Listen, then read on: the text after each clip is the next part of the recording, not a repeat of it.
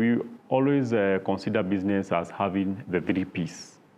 The 3 P's. The P's are, one is the product or the service that you are selling. The other one is the process. How is the process towards selling? From the time you onboard the client to the time they are able to buy or get your service. You also have to ask yourself, how are you scaling on the P of the process? And the other one is...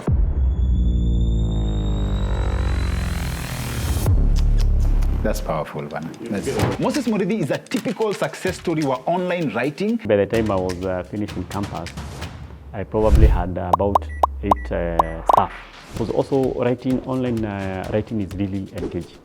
He managed to transition from here to real estate na akasucceed po, and the good news is he's here to tell us about the whole process step by step. People who tend to be fast in terms of understanding, in terms of doing the business, tend to benefit more. On this episode, we have everyone covered, na mainly by the end, I hope tutakuwa tumelearn strategies za how to get started with the investment from any stage. In campus, you have extra money. Let's establish this. Uko campus and you have extra money. Now, where is the extra money coming from? The writing. The writing. But you're in campus. Yeah. And you have extra money. And I have extra money. Kwani, you did not have women in your campus. No, I was not.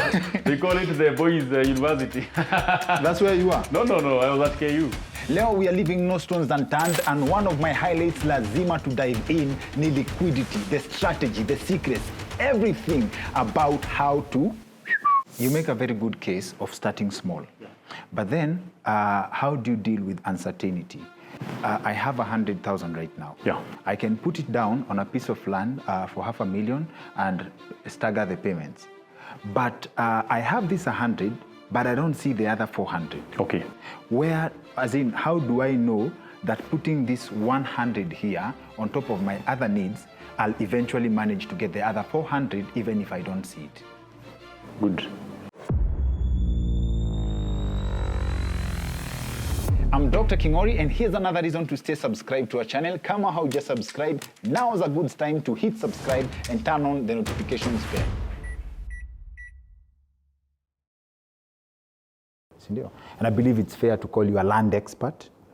Na tutayokotea on a promise I made on Twitter. Okay. Someone asked me in reference to a show we did, Nyambane, Walter Mongare, ule wa Ridiculous was on the show akasema, in 1998 you could get a piece of land for as low as 15,000 shillings. In your history, in your experience dealing with land, when was the time umeisikia land iko na such a good deal that you wish you were born then? All right. I think the issue about land is the fact that the earlier you invest in it, the better. The earlier? The earlier, the better. Because basically, over time, land keeps appreciating. I think it is one of the things, the historical things that has been evaluated over time to showcase that they never get, they get better with time, basically. Okay. Because of the appreciation rate. Okay. And that's why you might find something like what we are buying today, let's say for like $1 million Kenya shillings. If you were to go back like 20 years ago, chances are high you could have gotten that thing 50 times less than that amount. And basically, it also depends with locality and also a lot of dynamics that determine the rate of appreciation. Yeah. Dynamics that determine the rate of appreciation. That is the point. But not all land is sure bet, not all land appreciates. Basically, there is a lot of factors that come on board. One, you might realize that in a capitalist economy, like in a Kenyan economy, what determines the price of things is based on supply and demand. Okay. So if you are having a parcel of land in an area that is, with time, the demand is there.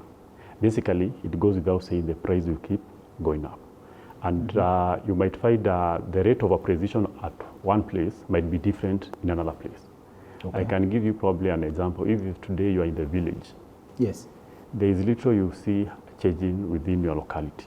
Okay. Let's say uko ndani mashinani, because the rate of developments in those areas is a bit slow. Unless labda the family have subdivided, then one of the siblings is doing their house or so forth. But if you come to other areas, maybe closer to urban centers, you realize the rate of change in terms of growth is much faster. That's why over a similar time, what is happening in one locality could be different from another locality. Okay. So that places also the element of the appreciation aspect. So location is very key when it comes to things to do with appreciation. You have to get it right. Yes. Because if people are not moving to those localities, if people are not developing in that locality, what will put pressure to the price? Yeah. Okay, so price goes up because of where people are going. That's basically one area you have to get it right. Does this mean you can influence the cost of land by what you do? Like, let's say niende ninunue tu kwa kichaka alafu niweke kitu itafanya watu wakuje hapo, then I'll change the value of that land. You see, a good example is when the roads are done. Yes. Assuming today, in an area that could not be assessed by a tarmac, let's say the government decides to put a tarmac cutting across that locality. I'll give you a simple example, like the Eastern Bypass. The one that cuts from Cabanas, touching Mombasa Road, all the way going to the sides of Ruakaya. You realize before that road was constructed, allowed 2008. Yes. Because I think it was done around that time, and the completion was happening around 2010. Yes. Before then, prices of an acre in an area like Kamakis were going for as little as 200,000 Kenya shillings. Kamakis moja, 200,000 Kenya shillings. 2008. Actually, I have met one mzee who bought around 2005 for 350,000. And that's what size of land? That was 1 acre. 1 acre? 1 acre piece of land. Okay. Now, that was before even the road was done. But eventually, the road came into being. The prices skyrocketed. So does this mean that the secret is buying in the forest and praying for government? No. That's why I'm saying a lot of dynamics come about. One, it could be pushed by the private sector. Yes. The fact that people themselves have identified a locality where they are building their homes, businesses, and so forth. Okay. That is one. Yes. Then infrastructure is another key area. Okay. Be it a government project, a road basically cutting across a certain region. It can also be other developments, like now in the case of Konza, the fact that the government has a mega project there. What happened to those parcels of land in the locality? Yeah, those are the changes we are talking about. Yes. So when we talk about appreciation and the effects, basically what affects it, it's a location that is a key area. We can talk about government projects, like the case we have of the roads and so forth. Again, if people are moving to those localities, and what will make people even to move probably the outskirts of Nairobi, they are looking for somewhere to settle, and again, they are looking also for somewhere affordable. Okay. But eventually, the affordability aspect becomes relative. Okay. Because the more people settle, the higher the land prices go. So I'll put you on the spot to break it down to us, because people say nowadays that land in Kenya is overpriced. Okay. But before that, hebu tucheze speculation kidogo. President Ruto recently announced that there will be the dualing of the road from Nairobi to Nakuru. Yeah. That in itself means something. Yeah. As a land expert, what does that mean for that route from Nairobi to Nakuru? Good. So, in fact, it's Nairobi, Nakuru, all the way Eldoret to mpaka Malaba. Malaba. They were doing up to Past Mau Summit to Malaba. All right. Yes. In fact, this is technically Nairobi to Uganda dual carriage. Okay. What does this mean kwa hiyo barabara? And this is in context when the SGR was announced. Yeah. Kuna watu walikuwa na inside information, wakaenda wakanunua kwa kichaka. And when it came there, they were compensated. So some of the key beneficiaries were the people who the government would buy land from to pave way for the road. Okay. But who are the other beneficiaries in terms of identifying opportunities as per government policy? Basically, when it comes to fueling the growth of a place, Yes. we can consider a road Yes. just like the way you have veins Yes. which supply the blood. And every part of your body that gets the blood gets to grow. So what the roads do is they'll kind of enhance or speeden up the process of growth of a locality. And there are people who can take advantage of that, either by having different types of businesses along the route. Basically, when it comes to even the issues you're talking about, as well as compensation, it's something that people can also look into.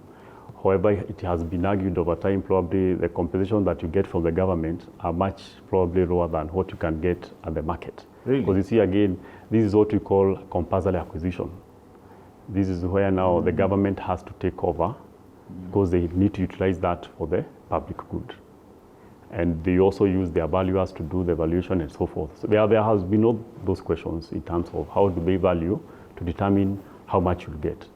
Okay. You get the point? Yes, yes. So unless now that one you are looking at areas like the way you are putting it, huko Kichakani, where probably then the price of land is so much low, so you expect if at all the government comes on board, maybe you get a better value for that.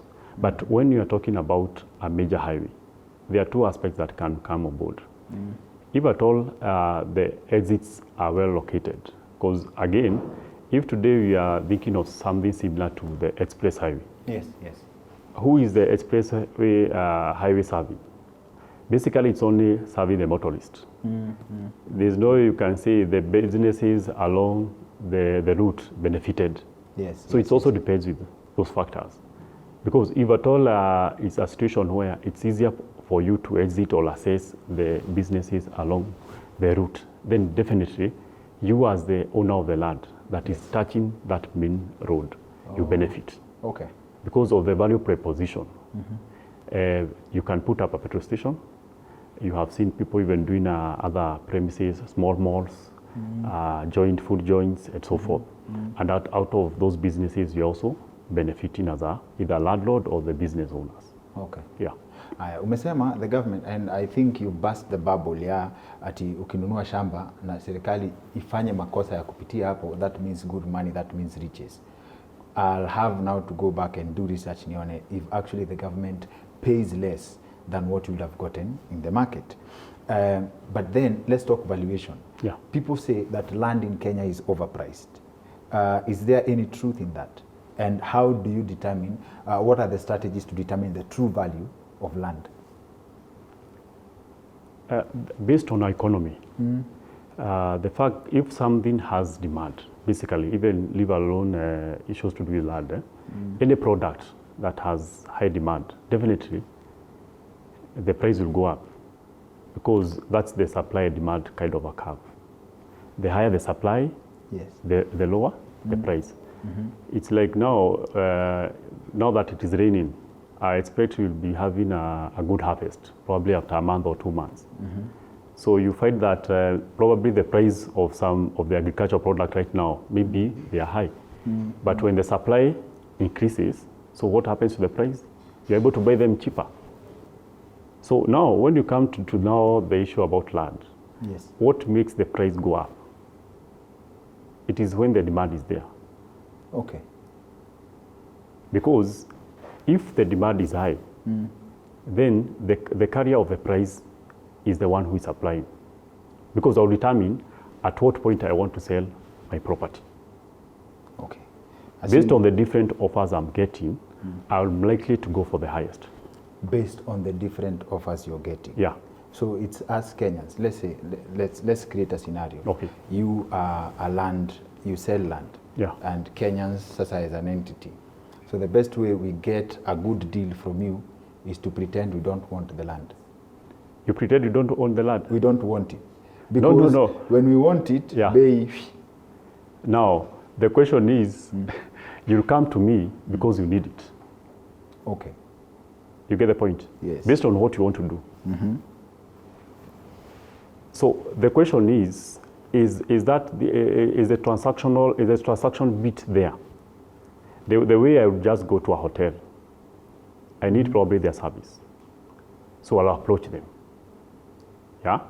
if today you want to do some developments in a certain parcel of land, now the question is, you have to identify the need aspect. I might be wanting to put a petrol station. It means I will need land that is touching the tarmac or the main road. So now the question is, I know what I want based on the end, the kind of the objective I have. So even if at all I'm brought a parcel of land much cheaper, but again it's not on the first row, touching the tarmac, it might not really benefit me. So what will happen to the person who is holding that parcel of land? Okay. They will tend to determine the price to some extent. Okay. And most of the time, the same way unasema, they tend to hold to it. Maybe at a labda they have their own plans of developing or doing something. Yes. So it becomes like a situation where you guys you are giving different offers, and I'm here waiting to see which I might accept. So if today, probably in an area where parcels of land were going for 20 million, and eventually someone gives you like 25 million. Now that becomes like the threshold. The benchmark. Yeah, that's basically it for the price. So even someone will be selling tomorrow, they consider, hey, another person there sold at this price. And eventually this is what happens. And that's what we have gotten to even for areas like Upper Hill. You go there, an acre piece of land going for 400 million, thereabout and so forth. But it's basically out of the fact that the demand is there and maybe the supply is limited. My heart feels pain for the people who sold land on rumors. Oh, uliuza ngapi? How we inflate prices. That would explain why some prices go up unrealistically per se. And ukisema pia the value, and these people sell with this a lot, touching the tarmac, imeguza lami, right? Is that a selling point? Because how do you separate that with sijui riparian land? How do you ensure that as much as you're looking for tarmac, sijui first row, where does it start? Ama easy rules zimeisha. Because as we speak currently, there's a debate. We have floods. And I've seen someone coming up with another debate. We don't have floods. People have built on riverbeds, right? So in terms of buying, the value of land rises now, the prime location. How do you make sure that in your buying the prime land, you're also not buying in the wrong place? Good. I think on that challenge about the floods, basically there has been challenges also in terms of people probably developing riparian areas. And again, that goes back to even the planning, the physical planning. Are we able to really designate what is meant as riparian? Again, in terms of land utilization, are we able to define what is meant for commercial purposes, what is meant for residential, and what is meant also for agriculture? So I think it's a challenge that comes with basically the actual process of planning, which as a country, probably the implementers, we as the Kenyans, the implementers, we have not really abided by the rules and regulations. But also, some of this information has not also been available to the public. Like now, if I ask you, are you aware of the planning within the city, how it is in terms of the drainage, what is meant for public use, what is meant for drainage, and so forth? You basically might not be knowing about it. And these things are meant for the municipalities to be able to allocate that and offer approvals where necessary. But unfortunately, maybe we have not managed to catch up with also the growth of the population, so that you realize the population has grown much faster than how we have enacted either some policies, the plans on the ground, and so forth. Those are some of the dynamics probably that we are seeing right now when it comes to some of these drainage issues that we are currently facing in Nairobi. That notwithstanding, how do I determine whether what I'm buying is in the right place? What do I mean? We have the maps, basically, because any land in Kenya is well documented through index maps that showcases what is in that locality, where you're able to see the space that has been left for the roads, even places that have been left as riparian, they are there. So it's easier for you to determine the parcel that I'm buying. Is it a private or is it for the public in terms of the space that has been left? Because that basically can now give you an informed decision on what it is that you are buying. Because even the challenges that people face when it comes to that investment is, do they get it right when it comes to perusing the relevant documents? If today you want to buy any piece of land, apart from the normal search which you do at the registry, you also need to purchase at the surveyor's office the index map to showcase that that particular property is in that map, and then it can show you even the surrounding properties, how they look like, their sizes, where is the proximity to the main roads, and what has been left as space for public use. You get the point? So that now when I'm coming to buy that particular parcel, whether it is on the first row, second row, or whichever, wherever it is, at least I'm well informed that this particular thing, it is here, and whether it suits my purpose.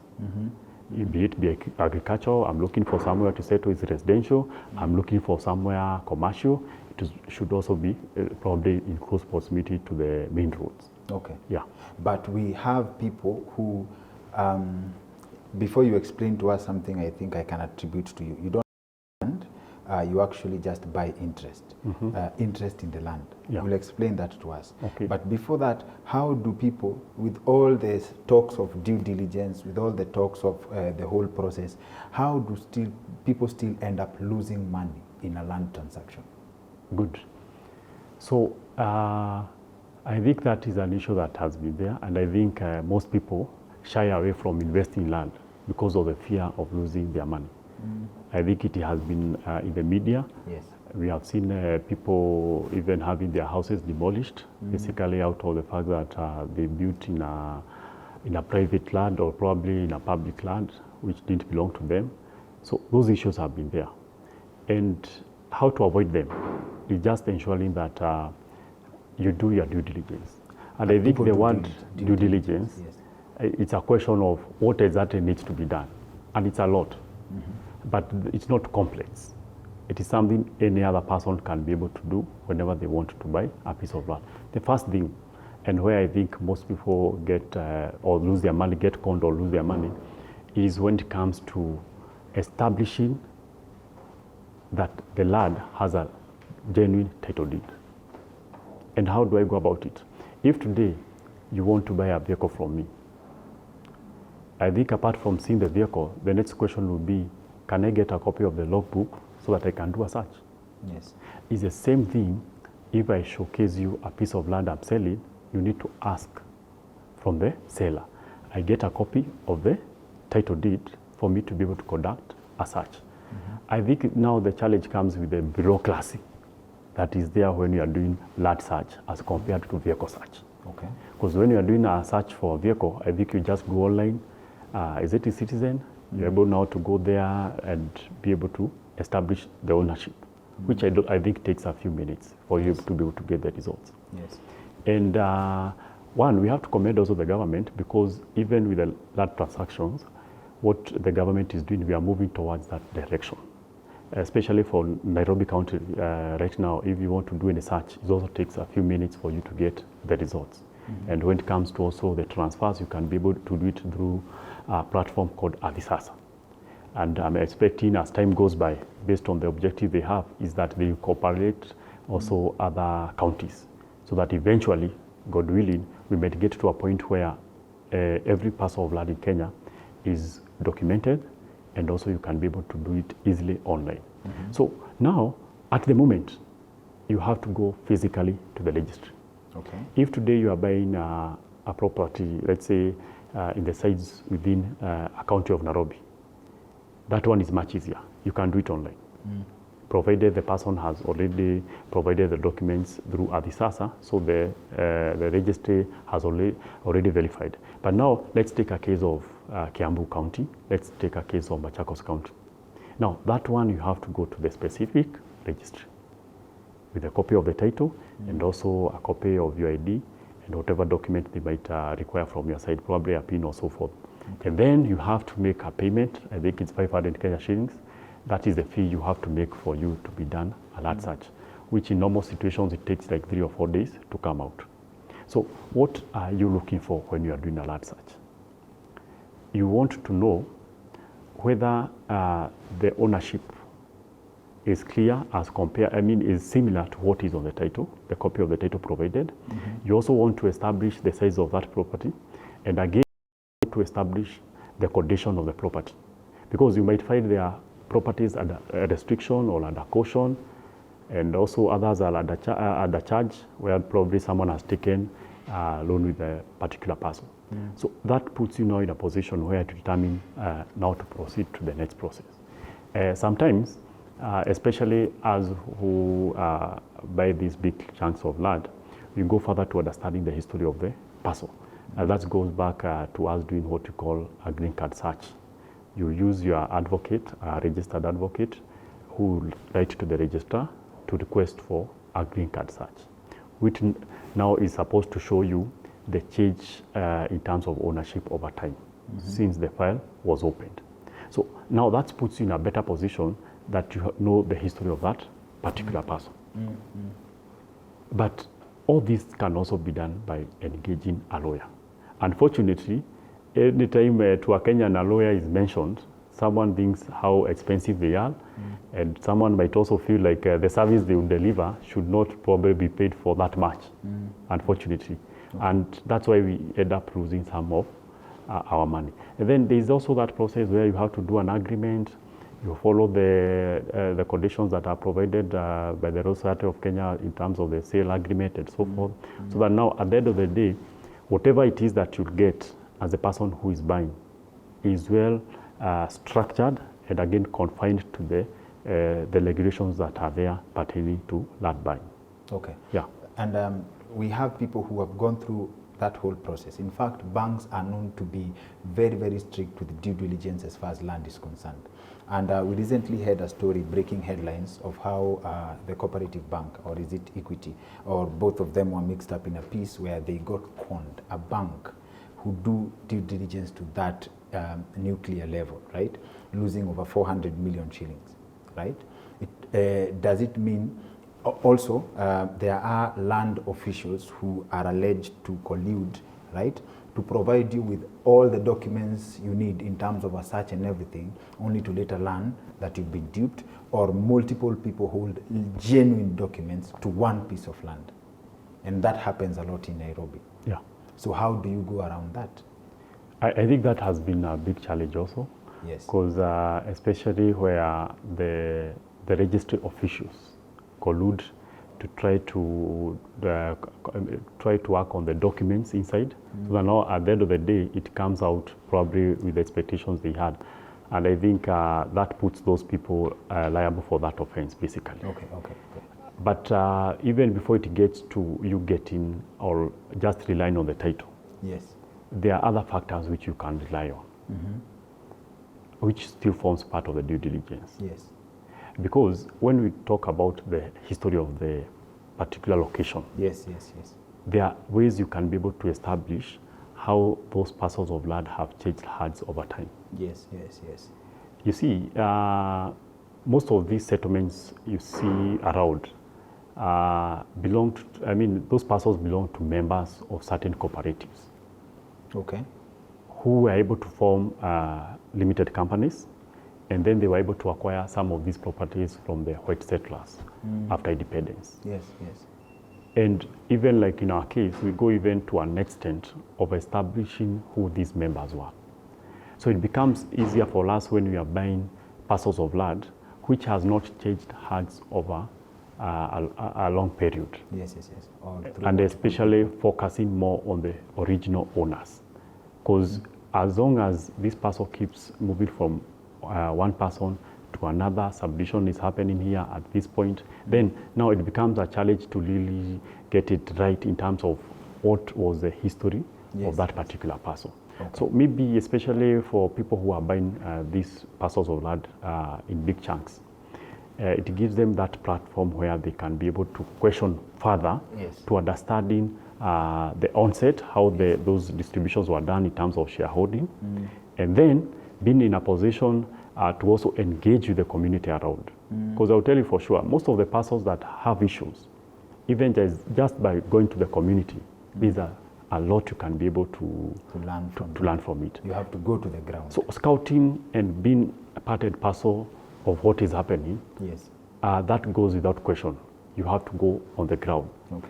And even an easier way, place to start, I keep telling people, if you go to a new locality, go and engage the administrative in that location. Yes. You have the chiefs, we have probably the sub-chiefs.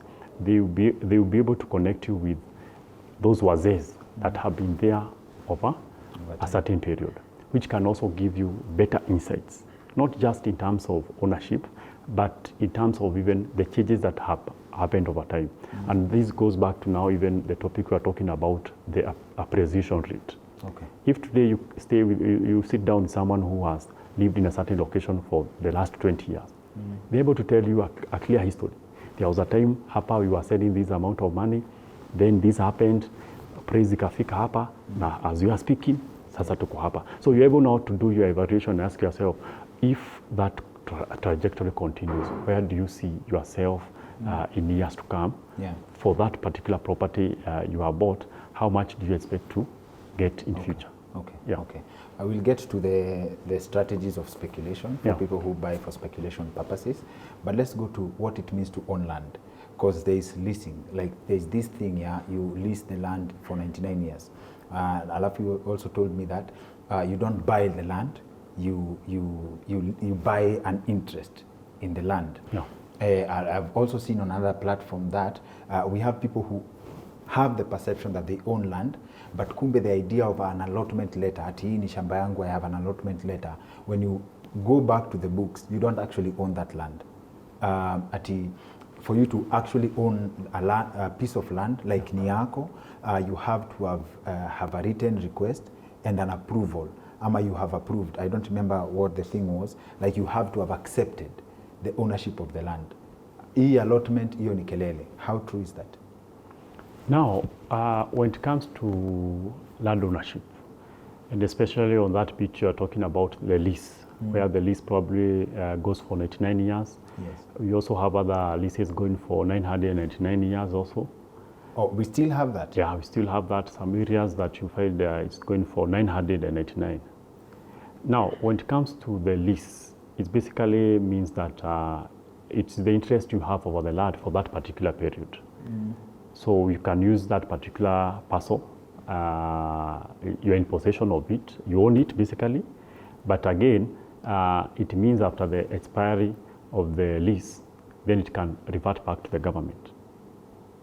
That's basically what it means. And you can actually buy a land that a lease is almost expiring. And that's also something you have to be careful about when you're buying. Because you need now to be assured that based on that locality, they're able to also renew the lease. Because there are also that procedures that have been provided in terms of the renewal. But basically what it means is that if the lease has expired, yeah, so you could actually buy land, alafu ukimaliza kujenga uambie mdau umeangalia expiry date ya shamba yako and you're done. You are supposed to ensure that whenever you are buying any parcel, basically you'll be guided by your advocate to be, because you'll be buying based on the time that is remaining for the lease to expire. So your interest is for the remaining years. Or your interest is for the remaining years. That's the point. So can you bargain on a piece of land based on how much time it imebakisha ku That's expire? a very good bargaining power actually. Okay. Yeah. Again, you need to evaluate or to look at what the law has provided for those localities. Maybe it could be based on, is it renewable? There are some that are not renewable. Not really, unless a certain jurisdiction is highlighted that way, that it's not supposed to. But it's very difficult. I think based on the regulations that we have in Kenya, the first priority is given on the person holding that title for the renewal purposes. Okay, okay. But I think we have had instances where probably in other sectors, based on what the government would wish to do with those particular parcels, might consider not to renew for those parties. And what informs the idea of 99 years? Doesn't the government believe that God answers prayers of long life? I think the whole idea relating to that was meant for areas within the municipal that were meant for commercial purposes. Okay. Because I think the interest of the government was that the fact that they are providing various services, then it's more of they are leasing you or you are renting the space to be able to do your activities. For a particular period of time. For a particular period, which can be also in terms of usage of the land can change over time. I think that could have been what had informed. Because on the other side, we have what we call freehold titles.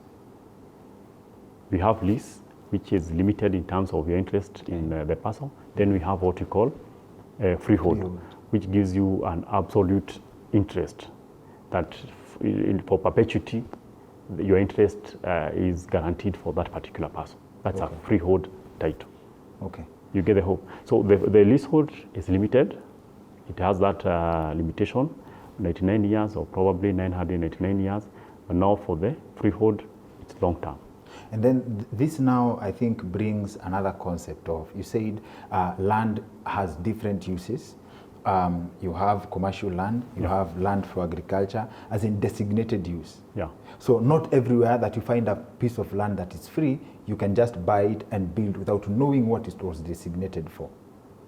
And that's where we go to the planning, the physical planning, which I believe they have each and every office in any municipality. Because the expectation that that is there, especially with urban development, is that there needs to be a clear zoning of the areas. Zoning means you have determined what needs to be done in a certain proximity. So we have proximities or localities that are supposed to be for industrial, like the way we have industrial area, based on the formation of the planning of Nairobi city. Industrial area was meant for only industries. Yes. You get the point? Yes. Then we have what has been also demarcated or zoned for residential. That is meant for only dwelling, single dwelling probably. Yes. And then we have what is meant for commercial. Now that's also now within the premises of businesses and so forth. Then we also have things to do with also agricultural zones. So this is basically meant for people who are just doing agriculture. Okay. So that's part of what we call zoning and also planning. Okay. So in terms of land utilization or what you're supposed to do with a certain parcel, if it needs to be well established, unfortunately, because of the challenges we have talked about, the fact that this information is not readily available. That's why when you are buying a certain parcel of land, you'll be buying it for residential, but probably it's meant for agriculture. And actually, I think most of the parcels of land, especially in the outskirts of Nairobi, be it in Machakos County or Kiambu County, where people have put up their residentials, they are meant for agriculture. But you see, we were not able to move fast as the population grew. So that you realize areas that were initially just meant for residential, today they cannot accommodate. I think the other day we had those issues with approvals being given for apartments in areas such as Kileresho. I think you had that debate where the community were criticizing why there are what is it apartments, high-rise apartments in single dwelling places. I think because those areas were initially meant for residential, but not for the kind of what the apartments you are seeing. Yes. So who determines that?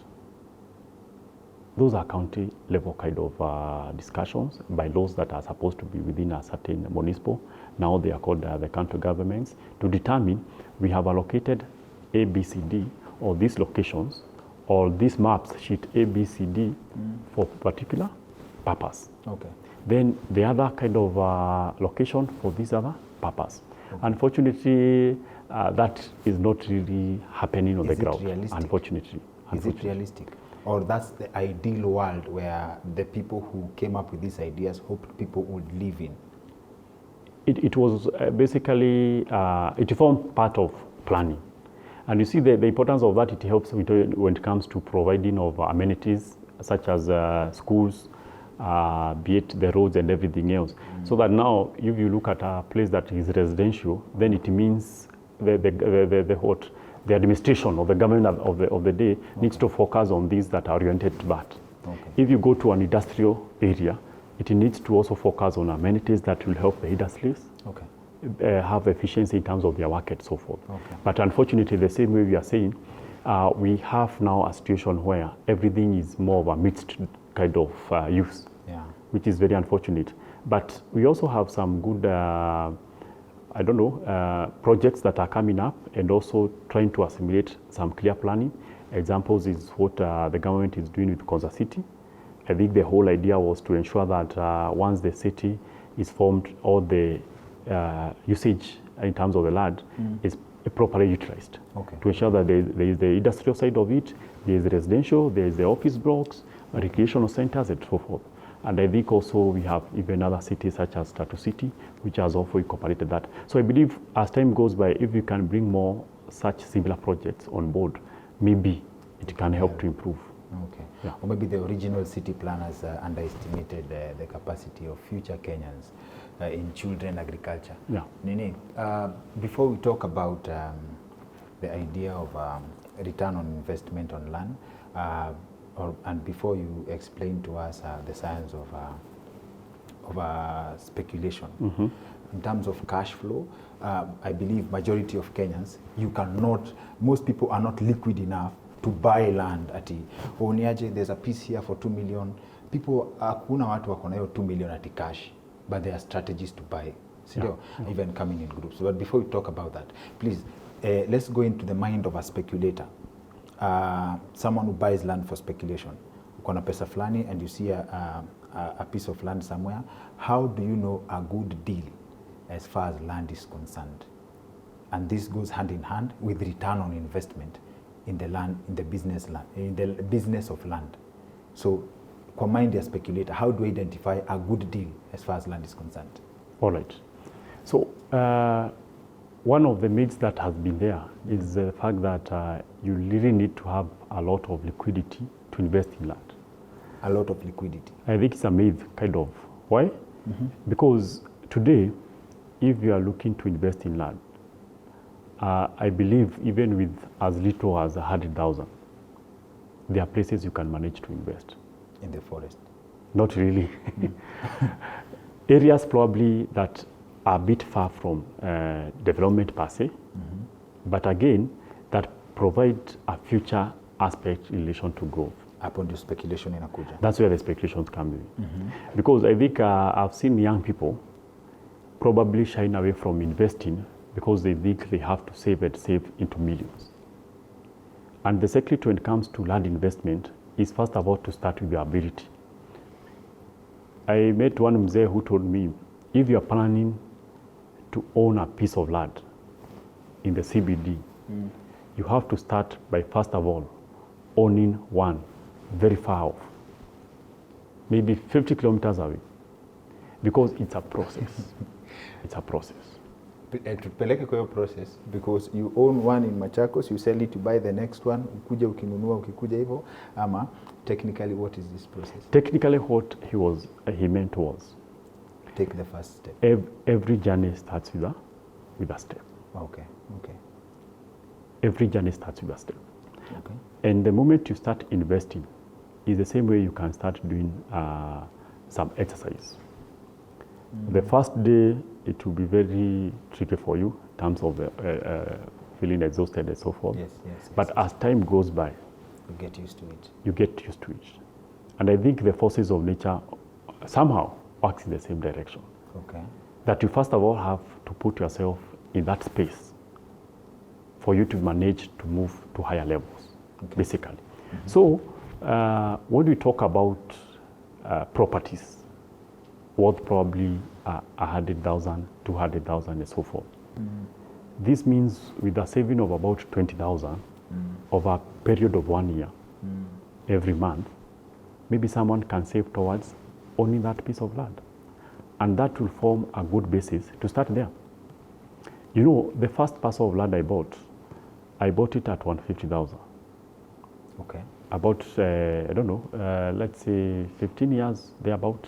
Okay. Let's say 14 years thereabout. 14 years, okay. And you see, this is not like amount of money I had all of it together. I think I had about 50,000. Okay. So it's where you go, you tell someone now, I've done the due diligence, I've seen the land is yours, yes, and I want to start the journey. So you engage with the person, evaluate yourself. If you pay the deposit today, how much are you likely to, how long do you need to take to get the other balance? Yes, yes, yes. And so I deposited the 50,000, but I had a plan because there's some work I was doing, and I knew within the next 3-4 months, I'll get the additional 100,000. Yes. Now, that parcel of land is actually in those areas of Naivasha. Okay. And funny enough, I still have that land up to date. You still own it? And probably, I don't know, I've not cross-checked it for the last 5 years or so. I've not managed to go and check what is happening there. But you see, that's also the beauty of land investment. Hauogopi kupata fence hapo? Ni ngumu, because you know what happens. Yeah.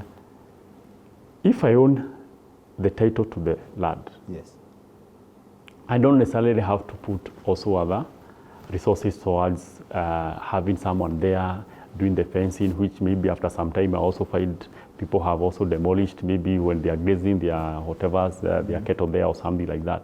You can just leave it there. Just be making an effort once in a while to go and see it, what is happening. Yes. But it's also based also on other factors. Even where you are investing, make sure that there are no such issues of grabbing and so forth. Because again, you need to be very careful where it is that you are putting your money. Then after some time, if you find some neighbors have developed, get their contacts, they can be checking for you once in a while what is happening, and they can make a call in case of such challenges. But now, you see, that is not a parcel probably I was buying to also sell. It's only that I had extra money, and I felt if I can put my money here, maybe over several years to come, things will have changed. Right now, I'm sure it has really appreciated. But that's not the point. The point is, if I had not started there, yes, maybe today I would not be in this industry. You did not buy this one to sell. You just bought it. I bought it for speculation. Maybe in future I can sell it. Okay. But not to buy then and sell immediately. You know, there's someone maybe who like say, I just want to put my money here for like a year or two. Yes. Because something also you have to realize with land investment, the patience is key. Patience is key. Because the value proposition is because of an extended time. Yes. That is what gives you more value as time goes by. So the question is, the fact that I started gave me another kind of challenge that I can now be consistent in that area of investing. Okay, okay, okay. And I think after some time, probably a year or so, I was able now to buy another one for about 350,000. The same strategy? The same strategy. Okay. So what maybe that helped me was to start the journey. Okay. I might not really apportion so much value right now compared to probably the parcels I buy today. Yes. But the fact that I started, it also got me to understand the industry, the changes that happen, the processes and so forth. Okay. Because once you are inside, now there is a lot of dynamics you are able to gain when you are there. So that's why I'm saying the aspect that the user is supposed to look at is start with the little you have. Okay. You don't have to wait to accumulate much. And that will set you in the frequency of starting to buy off now and then. People talk about, like in terms of speculation for the most part, the greatest beneficiaries are not you, are your generations to come. And how do you kill the vibe of why do you have to live in future when you can live now? Okay. And we also have another group of people who think if I have 150,000, for example, and put it in a money market fund, put it in Bitcoin, put it in these other high return investments immediately and also guarantee liquidity. What do you say to such a person? Good. So investment in land, I think it's something research has been done over time, that it is one of the most kind of solid investment you can make. And it goes without saying that most of the millionaires we have, or probably even billionaires, they have attained those status through their interest in real estate. By the fact that they have invested in the real estate, over time, it has driven them to the status of being a millionaire or a billionaire. It goes without saying. In my line of business, I've met a lot of people in their 60s and 70s who I can considerably consider as billionaires. Not because they have other businesses per se, but based on their portfolio when it comes to the investments they have in land. Okay. Or the big chunks of land they have. You get the point? And you realize that it is over time that they are able to capitalize on that. I recently came across Amze. Apparently, he has a 5-acre piece of land in the side of Machakos County, which he was asking for 10 million per acre. That's about 50 million. Yes, yes. And no, in our engagements, I wanted to understand how comes, at what point did he acquire the parcel? And because apparently, not just that parcel, he has several of them. So I became curious, how did you play your cards then that you're able to acquire such high portfolio? And you see, the Mzee was telling me that he was acquiring these properties in the early 90s. Okay. So if you are to look back, it's about 30 years ago. Yes. And funny enough, when it comes to the price then, the one that he bought at the highest price was for 150,000 back then. The whole parcel of 5 acres. 150,000. 150,000. Yes. Which now he was asking for 50 million. And basically that's the market value at that place, for that locality. Or is the market value? It's a market value. The secret is not, we will know 150, No, you cannot bargain from that angle. Because even the 150,000 at that particular time was a lot of money. Si ati akikwambia this secret ndio unamfinya vizuri. Hapana. Because even they will tell you, for them to be able to buy that parcel, they had to sacrifice. And I think that's another element that, especially as young people, we need to realize that for you to be in a position to put your money today or to plant today to be able to harvest much more in future, there is also that element that you have. It's usually called in economics delayed gratification, where you kind of forgo some luxury or probably lifestyle right now for you to be able to save, to invest for the future. And it brings the question you're asking. Most people will say, why don't I live now? The future will take care of itself. Yes. Unfortunately, sooner or later, the future will be here. You know, some of these guys engage them in their 70s and 80s, and they talk of their 30s and 40s like it was yesterday. But you know, it's more dangerous now than the other day. Let me talk as a hater now. For someone who wants to invest in land, and they're like, let's say I have $1 million, Bob, I can buy a piece of land. And I think this is a very big hindrance to people. Kwanza, especially now that kunanyesha, we invest alafu ubebwe na maji kesho. Unajua, you are like, who are you doing it for? And I think, how do you get past, like, okay, I need to enjoy now, but also cover tomorrow? How are you able to balance that? And I think people struggle with that a lot. That's a good question, because over time I've realized this. The further you challenge yourself, the more you can become. What do I mean? If today I'm lifting a certain weight, the difference between the weight I will lift today and the one I'll manage to lift after 30 days, it's more based on maybe the consistency in terms of how I will ensure every other day I'm continuously increasing the weight so that I can be able to reach now a higher weight. So when it comes to your little income, how you handle it today will also determine how you handle much tomorrow. And I think most of the argument when it comes to investment, it says ensure that before you spend on other expenses, you pay yourself first. And paying yourself means you have allocated some amount that secures your future, an amount that goes towards investment. You get the point? Yes. So if you can manage to take caution of your spending, it means maybe you can have a good percentage that you can be saving for that.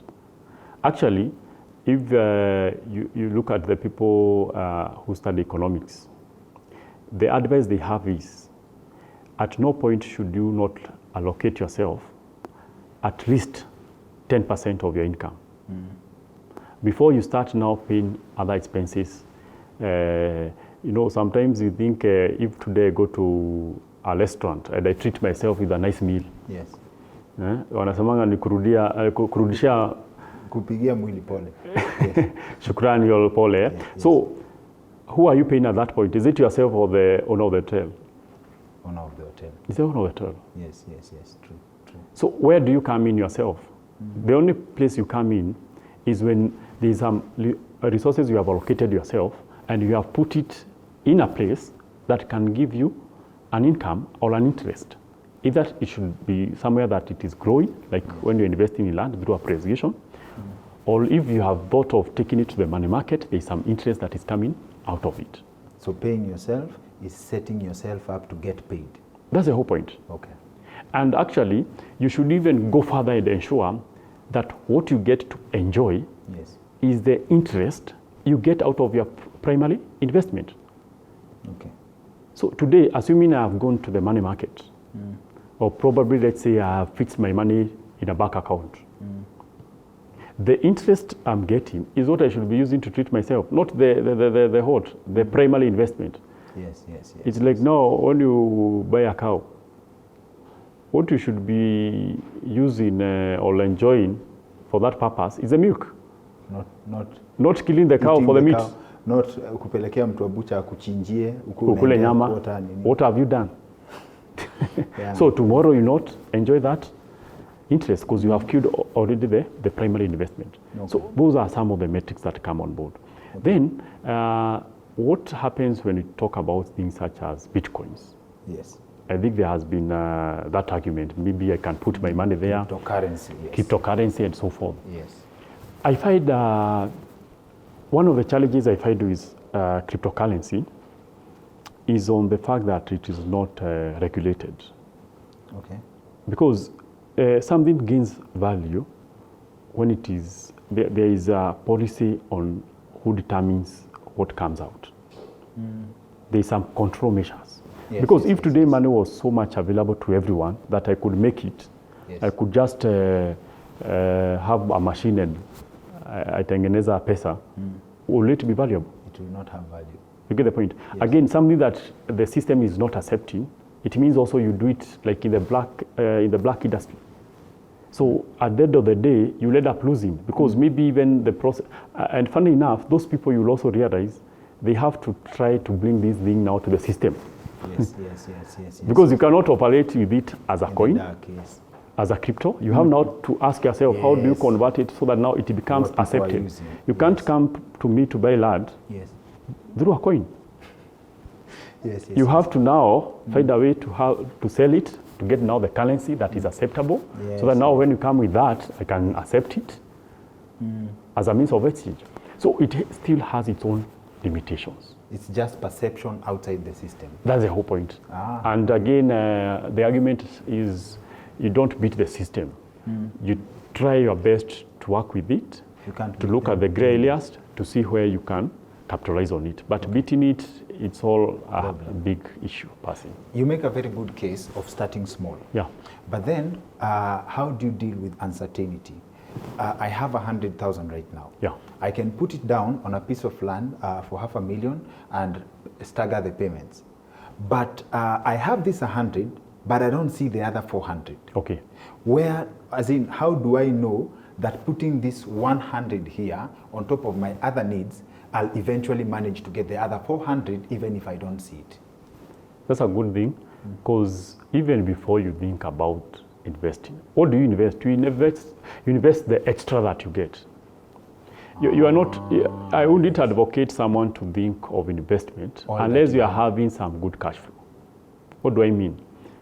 If probably my business is selling fruits, and in the process of selling my vegetables and fruits, I've managed to save 100,000. Yes. What should I be thinking? I should be thinking of how I can scale my business with the savings. You get the point? Not thinking of diverting those resources. Because you need to get to a point where now this is extra. The same way we are talking about primary investment and interest. Yes, yes. So in case you have a small business, first of all, continue working on it. Continue reinvesting in the business. Okay. Identifying how you can scale it so that you're able to make more. Okay. If today you're able to make 100, how do I scale my business to give me 200,000 tomorrow? And that way. So that now, at the point now you decide to take some amount from your business to go and invest in a long-term investment such as land. Yes. It is not like you are eating from your business that much. You are using the surplus, probably the profits, but you are not using the stock. So diversification starts happening at the surplus. At the surplus level. That's where you start now diversifying. You get where I'm coming from. But you will find there are people probably based on what they do, they cannot probably, what do you call it? Extra. Get extra, yes. Or scale up. Maybe I could be getting an income from unemployment. You get the point? So that's kind of fixed. Maybe it's a fixed salary or something. Now that one is bit by bit. And now that also can help you to be able to quantify for how long do I need to save. Do I have to wait? Yeah, that's the whole point. Don't go blind because you even end up losing money. Yeah, if today you have engaged someone, you have done a sale agreement to buy a parcel of land, you're likely to lose your deposit. Yes. Yeah, because the law provides that in situations where you cannot fulfill to the head, or any of the party does not fulfill to the head, then there is a 10% penalty. Failing to plan is planning to fail. That's the whole point. You have to see the whole picture first. Yeah. Okay. Now, is there room for uncertainty due to factors that you cannot control? In the sense that, yes, you have a job. You know next month you're going to get a salary. You have made a commitment, and then the worst happens. Okay. Is there an allowance for that? Like you started with good intentions. The longest I've seen someone buying land, or I've had someone bought land, is a piece of land I saw in Limuru, Kentmere, where I was told that the old man who bought that piece of land, the worth of the land was, I think, in conversation, of course not at a proper valuation, was 2 billion. But I was told that the guy paid for that land for 47 years. Like that's how long it took him to pay for the land. Own it, like hiyo ni yake. And when he passed on, alisema shamba yake isiuzwe. And so that means, like, in terms of cash flow, there was a certain level of consistency for that many years. Okay. So what happens to the person who does not have the benefit of time due to unavoidable circumstances? I get your point. You see, what happens, any investment is a risk. Okay.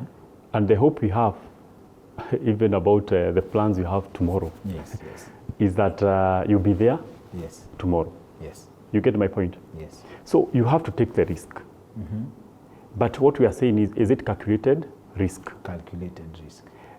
We might not avoid eventualities like the one you are talking about. Anything can happen. Yes. But does the agreement also provide for such eventualities? That can also showcase that there can be discussions. Yes. I think even when we are selling our properties, you have such situations coming up where you had given someone 6 months installment to make payments, but they come on the 5th month, they say, hey, based on the situations, my business and so forth, I might not manage. And then you can negotiate, you add them for like 4 months or thereabout. The whole point is come on the table and engage. Yes. So that now you're able to ask yourself, do we continue with the process or should we stop? Okay. And what are now the way forward? What are the conditions that we are supposed to follow? Okay. Yeah. So before we again also go into realistic return on investment in real estate, what are some of the creative ways you've seen people use to buy land and eventually execute? There's one yenye umesema, you go talk to the person, mwambie I can naweza wekelea hii deposit and then eventually nitapata hii, right? There is one of coming up in a group, it reduces the amount of money you need, you benefit from economies of scale. But that actually is the most dangerous. That's why we have cases kama zile za Embakasi ranching. How do you make sure, in fact, kama me and a team of, a group of friends of mine, we've been trying to come together to buy a piece of land, like 10 people, we put up a house, like say for example, commercial houses, commercial. But then tena unasikia operating with a group of more than 5 people ni kisirani. That's in terms of the advice we've gotten. What do you have to say about people who buy land in groups? How can you do it safely? And what are some of the creative ways you've seen people execute the process of building a portfolio in land buying?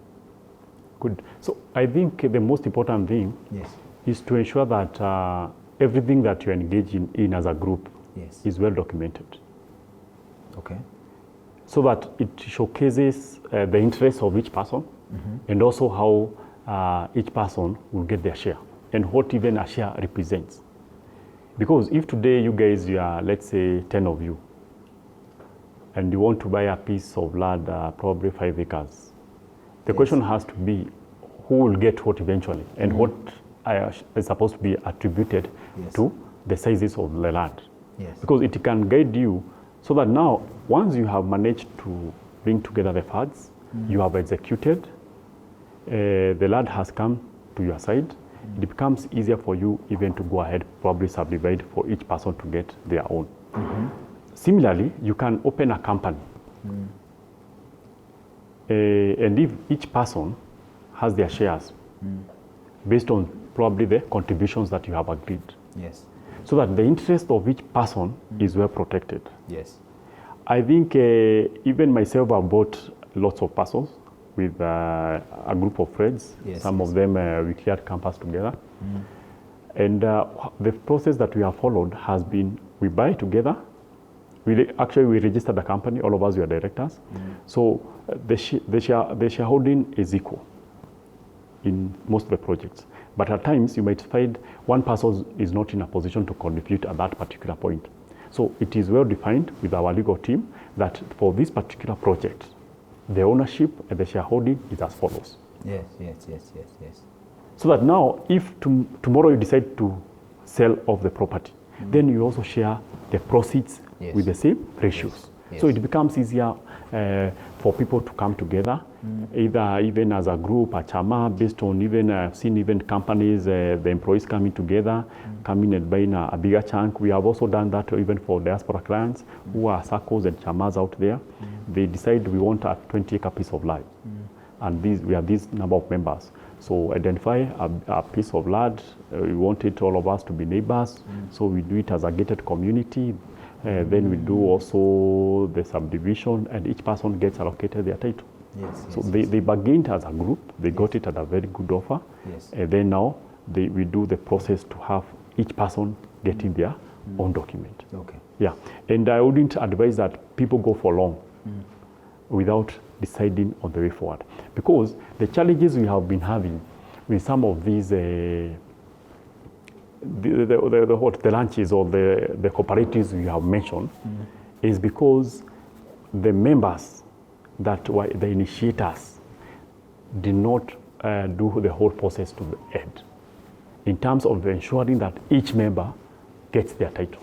So what has happened is there has been a gap, because when some of the members, the old ones, pass on, the ones taking over, the young blood, does not really relate to the values that these members had when they came together. And maybe even the vision, the dream has also changed. So it's also very important you ask yourself, what is the timeline that we are giving ourselves to hold this property together? You get where I'm coming from? So I think that can really help.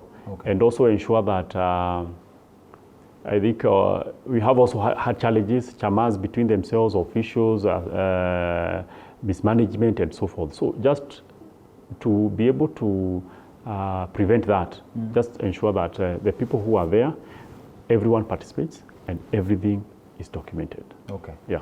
In terms of size, before you tell us, about whether a place like Nairobi, the dream of owning a house in Nairobi or owning a piece of land means that the young generation here to have been priced out, please address for us something, size. Why would I buy a 50 by 100? A friend of mine called me about, sorry, Tati, for bringing this up. They were selling a piece of land in Ruaka for 40 million, 50 by 100. Mm-hmm. I nilimlink na Jeff. Yeah. Jeff who introduced us. Yeah. So they were selling 50 by 100. Yeah, for 40 million. 40 million. Yeah. Why would I buy 50 by 100 for 40 million, yet I can go buy 100 acres in Machakos? And then I wait, nikiwa karibu kuzeeka, nikiwa 60, I sell that for 2 billion. Which is a good thing. It's a good thought, especially if at all you have the luxury of time. You see, like a young person, you may not really consider buying for that much in such a locality. Now, the question about the pricing comes to the value proposition, the one that we talked about. Yes. So if you are talking about 40 million for a piece of land somewhere, then the investor needs to evaluate the return on investment, basically. Which you will help us address, the return on investment. Yeah. How do you determine the return on investment? The question is, if I buy that parcel of land for 40 million, what am I intending to do? That is one. And based on the income that I'll be getting, how long will I take to recover the expense, the buying price? How long will I take? How long will you take to get the buying price? To get back your money, the one that I spent. Yes. You get the point? So that's why we talk about the return I've invested. Oh, so you don't look at the 50 million as the money you spend. You look at the 50 million as what this land will give back to you and in how long? In how long? Maybe based on what you want to come and invest there. I don't know, maybe apartments. I don't know what are the prices in terms of the rent in the place, at that place. Maybe when you do your evaluation and you do the cost of the land, the cost of doing the apartment, then you're able to ask yourself, based on the market rates when it comes to the rent, how much am I able to gain on a monthly basis? And how many months will that take me, would it take me to be able to get back my money? So if you do your months and you realize that the timeline is is a short time, maybe some 5 years, 6 years, I don't know, and that's is guaranteed, why not go for it?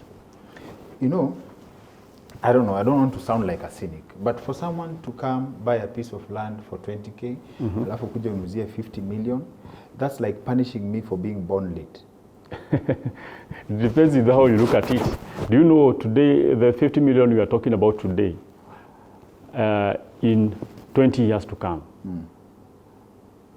what in terms of the changes that have happened in terms of inflation and so forth, yes, how much would that, what's the value then that we can talk about? That's a question. It could be more. But the people who debate on the value of land in Kenya being overpriced talk about, let's say, for example, you buy the piece of land for 50 million. You put up apartments. There's a limit in terms of how high you can go. Yeah. So I don't see 100 people living there in that apartment. So let's give it tops, 100 units, okay, for example. Yeah. Give or take, these are one bedrooms. Okay, if you build one bedroom apartments, going rate ya Ruaka, I would say a one bedroom decent goes for 25,000, sindio? So if ukiweka 25,000 shillings for 100 units, and this is at 100%. Yeah, at 100%. This means this property will be giving you 2.5 million shillings per month. Yeah. Assuming hakuna mtu amehama. Ukiona mtu anajaribu kutoa meza nje, asiharibu hesabu. Yeah. So this is 2.5 million, assuming everybody pays their rent on time. Yeah. 50 million. For 100 units, on average, let's give the average cost of a unit 1.5 million for our bedroom. Okay, okay. Kama ume benefit from the economies of scale. Yeah. So, just a second. Let's say 1.5 times 100 units. Times 100 units. That's 150 million. Sindio? Yeah. 150 M plus the 50 M ya kubai. That's 200. That's 200 million. This is your full investment. Yeah. Full investment, Yeah. right? 200 million. Divide by... Yes, not even divide by 12. 2.5 yenye unaweza pata kwa mwezi times 12 inamaanisha kwa mwaka unapata 30 million. Okay. So this is on average 8 years before upate. That's about 7. Interest. About or to 7. 10, yeah. Yes. About 7 years before sasa you get the 200 million uliweka. Yeah. And that's assuming this is 0% interest. Ukikuja uweke bank hapa ikupige 15, sahii wanacheza 1923, inamaanisha it eats your money and also expands the amount of time you... Does it make sense? Now, there are different ways to look at it. I would advise a young person to consider such an investment. Okay. Because there are so many other opportunities. There is what we call opportunity cost. What else could you have done with that money? But you realize for a certain, let's say a person who is going to retirement, they might consider this as a better investment. Why? Because they don't want somewhere they are so much engaged in terms of their time and energy. Okay. So maybe they have also evaluated and realized if they can put such an investment, they are guaranteed of getting the 2.5 million per month, which probably is even much enough to be able to sustain their bills and everything else. You get the point? But now, a young person having 200 million and thinking about it to do a rental apartment, I think the opportunity cost is much higher. You can consider a variety of other investments that can be able to even multiply your money much more as compared to just fixing it to rental income. Okay. So those dynamics also come in. Okay. And that's why you realize that most people who consider going through such kind of investment, these are a slow return on your money. Because we are talking about, but 7 years is a good time. Most of them, they go off the way to 10 years, return on the time that you take to get back your money. And I've seen someone argue that anything that goes past 6 years is wasting your money. Probably, if you are looking at it from those two angles. The opportunity cost aspect. What else could you have done with the money? But if you are short of ideas, and you have the money, maybe you can consider doing that because it guarantees you a monthly income. You say something very powerful, and you have the money. Right? We are talking liquidity. What have you learned about liquidity? What's the secret of liquidity, and what does liquidity mean, and what are the benefits? And how do you attain that level? Because najua do. Kama sahi they said, if you, I think the last statistics niliangalia, if you have 2.4 million shillings in cash, na hauna other liabilities in debt, you're among the top 1% in Kenya. Do you know how scary that is? Like kama uko 2.4 million liquid, na hauna na debts, and so, hauna your debts nini, we uko sawa. 2.4 million liquid. That shows you, kama uko in the top 1%, shows that very little people of in Kenya have access to like liquid. How do you attain that? I think in economics, one major characteristic of money is that money is scarce. Money is scarce. And what do you do with something that is scarce? You need to know how to use it. You need to master the art of how you can be capitalizing on it. Because liquidity basically means cash flow. But there is cash flow that is passing through your hands, maybe going to do other things and so forth. And the whole point is, as it passes through your hands, how much are you able to retain? And upon retaining that, what do you do with it to ensure that it gives you more and more of it. So as money passes through your hands, what is the value that you keep before you release it back into the market? Before you release it to the market. Because at the end of the day, any expense draws off the money from you.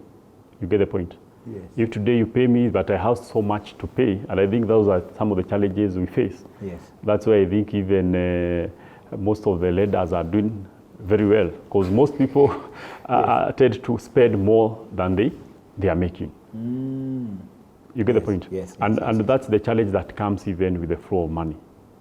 Because any little that you are getting, all of it is also attributed to some other stuff. The biggest challenge, especially for young people, is that sometimes we buy lifestyle before we consider investing. Okay. So you want to live in a posh estate, you don't know how much you want to pay for rent, in hundreds of thousands probably, not really in, let's say, tens of thousands, maybe 50,000, 60,000.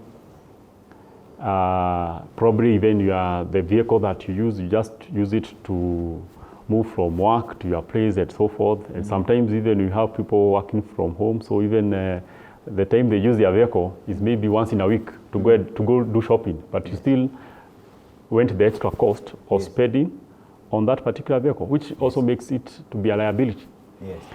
When it comes to aspects of how you treat money, you need to understand cash flow. That is one. You need to understand interest. How do you capitalize on interest? Wherever you are putting your money, you're able to get a gain. How do you also work towards controlling your liabilities? Controlling your liabilities. You have to really control liabilities. Things that are consuming your cash flow, but there is no any monetary gain. Okay. You see, like now, if today you have a personal vehicle, there is a way it can operate as a liability, and at the same time as an asset. But if you go to any lender, they will associate it with it being an asset. But at times it can also be a liability. Based on the need, the usage of the vehicle. If the vehicle is helping you in terms of your efficiency to be able to deliver more, maybe you supply things here and there, maybe now it's improving your business. So maybe you're able to make more sales as compared to when you didn't have the vehicle, then it becomes an asset. So in this case, if we are to break it down, you have a car, right? You use it today. Let's say we are working with a Friday. The cost of your vehicle on this Friday, let's say 700 on fuel, right? 300 on parking. That's 1,000 bob. If you do not make more than 1,000 bob on that day, you have lost money. You have lost money. It's a liability. It's consuming. It's eating to your pocket. So it's not adding. But if I spend that 1,000 to make a deal that will give me much more than that, then it was worth an asset. It was worth using it. Maybe it helped me to transverse through the traffic. Maybe it helped me also in terms of presentability. It goes a long way. So before, I would like to touch on your story kidogo, because you've shared a lot of knowledge with us, but most people would like to know what's your entry point. Umetuambia tu kwa mbali, like 150,000, the first piece of land, right? But now, wewe unaimbanga real estate, unaimbanga shamba 100%. That's the thing. And you spread the gospel evil. We'd like to hear your story kidogo, but before that, utility of land, right? Most people now sell 50 by 100. Someone tried to sell me a 40 by 80 at some point, and I was like, nah, this is too small. Until I found, I think, a piece of land in Kahawa Sukari, mtu anauza 40 by 60, and it was enough to build an apartment. My friend actually, Dr. Ken, had found a piece of land, and ananionyesha, like you can actually put an apartment hapa. I was like, no, this is not enough. Akaniambia, no, check. The apartment directly opposite, ghorofa kubwa sana, is sitting on a 40 by 60. That's a dining table. Like, when someone is buying land in terms of utility, what can you do on a 50 by 100, realistically? Do you squeeze yourself because it's a city life, you need access? Is there a proper way to use a 50 by 100 in terms of, like, is there a way to make it comfortable? We can look at it from a different angle in terms of the design. If today you are buying any piece of land, first of all, you ask yourself, what's the purpose? What do I want to do with it? Yeah, you just don't decide one day, let me buy any form of vehicle. I think if you do your research well, you decide now, ABCD. I want a vehicle this size in terms of the engine, this comfort, and so forth. The same thing comes also with land. You could be buying land to do an apartment, so you need a place that is ideal for commercial purposes in a shopping center, an area that is fast growing so that you can also be able to get tenants and so forth. Now, when you are looking for a residential also piece of land, I think the common sizes is the 50 by 100 we hear of. Yeah? Basically means out of an acre, they have managed to subdivide it to either 7 or 8 plots, and then also provide a road in between, so that can serve all the users of, the owners of those particular parcels. Yes. If you are talking about a 2-bedroom unit, I think a 50 by 100, if you are to arrange based on that size and you want to bring the size of a unit that is 2-bedroom, in a 50 by 100, it can fit probably about 6 of them. Okay. Maybe in a 40 by 60, it can fit about 2 or 3 of them.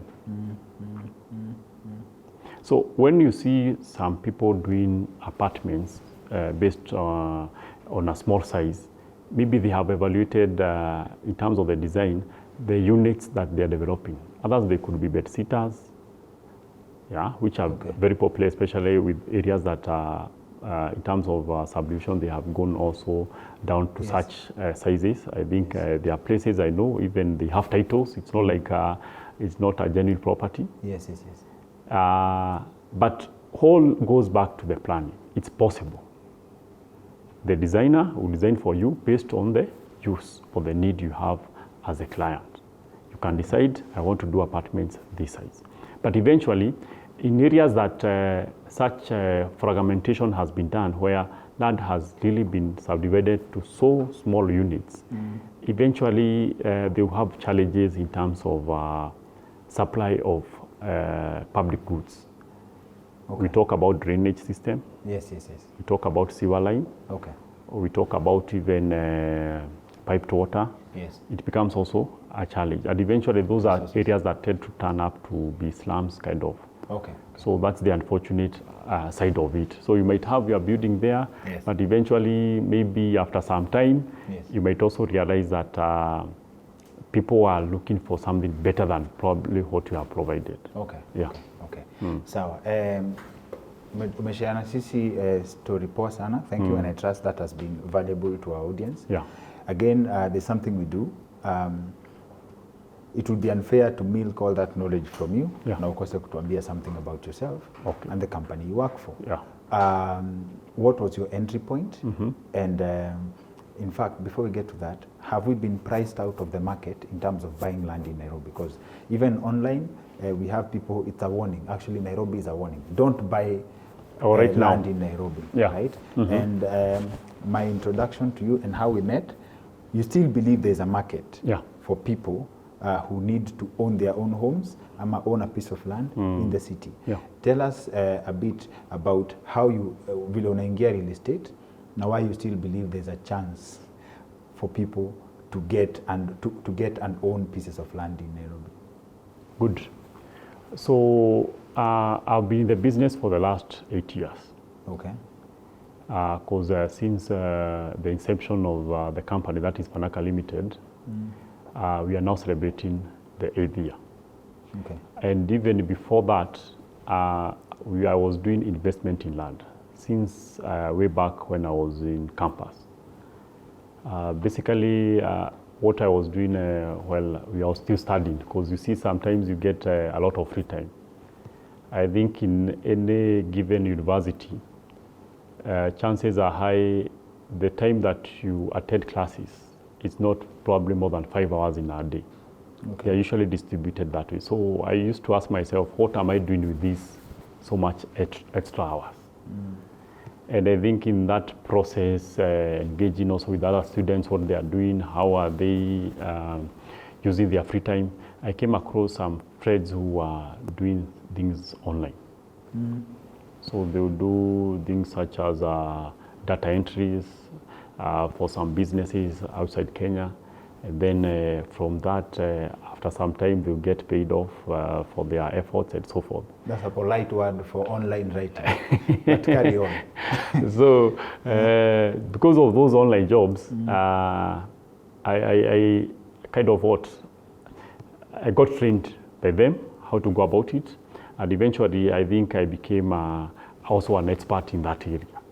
By ensuring that I'm able to connect with those people who are providing the jobs out there, Yes. and then also looking for people who can be able to do those jobs Yes. back here.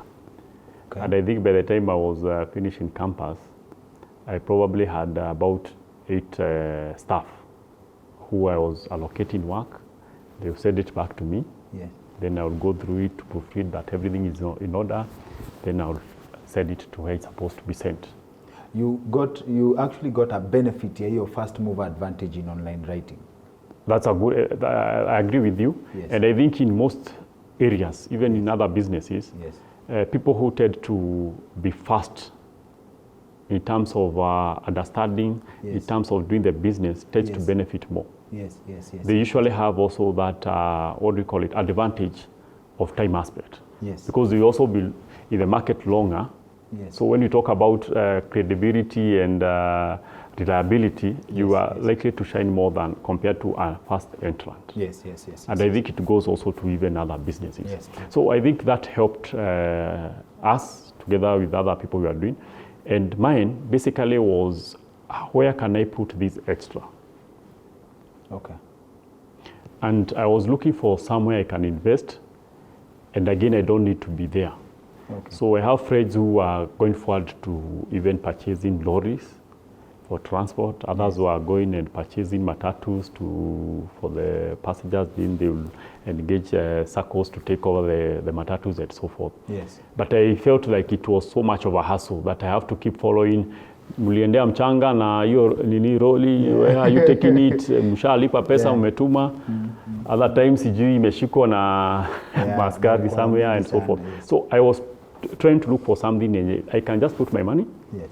But then it does not really kind of engage me. Because also writing, online writing is really engaging. Yes, yes, yes. It might appear easy because people are working from home, but you might realize they work more than even people who wake up to go to a 8 to 5 job. Because I remember at that time I used to sleep, I used to do what? To always sleep the next day. Yes, yes, yes, yes, yes. There is no time I can remember sleeping the same day I woke up. So you have to sleep the next. That means every day lazima ulale past midnight. Yes, yes. And then you have to also wake up very early because you have writers who are waking up who now you have to furnish them with some work. So it used to be a lot of engagement per se. So what was that basically? Yes. I thought of land investment. And I think my first investment actually in land, I got conned, unfortunately, because I didn't have a lot of information on how to go about it. So it was a situation where someone tells you, kuna mahali nimenunua kashamba, na mwenye aliniuzia ni huyu na anaweza pia unaweza saidika pia naye, and you just need 100,000. Yes, yes, yes. So I went, I was hooked up by this other person I know, so I felt like I can trust them because ni mtu najua tu, na pia yeye juu amenunua hata mimi naweza fanya nini. So we went all the way to those sides of Roy, somewhere down there close to the sewage. And then there was those subdivisions down there, parcels of land, you kinunua hapa, na make sure you buy today, you deposit today, juu kesho unaweza pata zimeisha, you know that, ukanunua shamba kama mkate. that element of urgency. So I ended up through the process buying that parcel for I think 100,000. Okay. Only to realize that after some time when I realized like my parcel had also been allocated to someone else, that there are some steps I needed to do that I somehow ignored. This was before the land you bought in Naivasha for 150? That's actually before. That's before? That's, let me see. It was around the same time. Na bado unatoa courage ya kwenda kupeana tena deposit? It was around the same time, yes. But now for the Naivasha one, yes. At least let's say that was the first title. The first title you held? That's the first title now. Okay. So I believe with the information I got after being conned, I was in a position to understand the dynamics relating to buying of land. Haukuwa na uchungu ya the 100,000 because I think this period haukuwa na uchungu ya kusema pesa because I lost my money now, I don't do it again. I don't know. The fact that I was feeling I need to invest or I need to put this surplus money somewhere. Yes. I think I had still to try again. Okay. Because again, I think also even in any business, we have to agree it's not every other time you get it right at the first instance.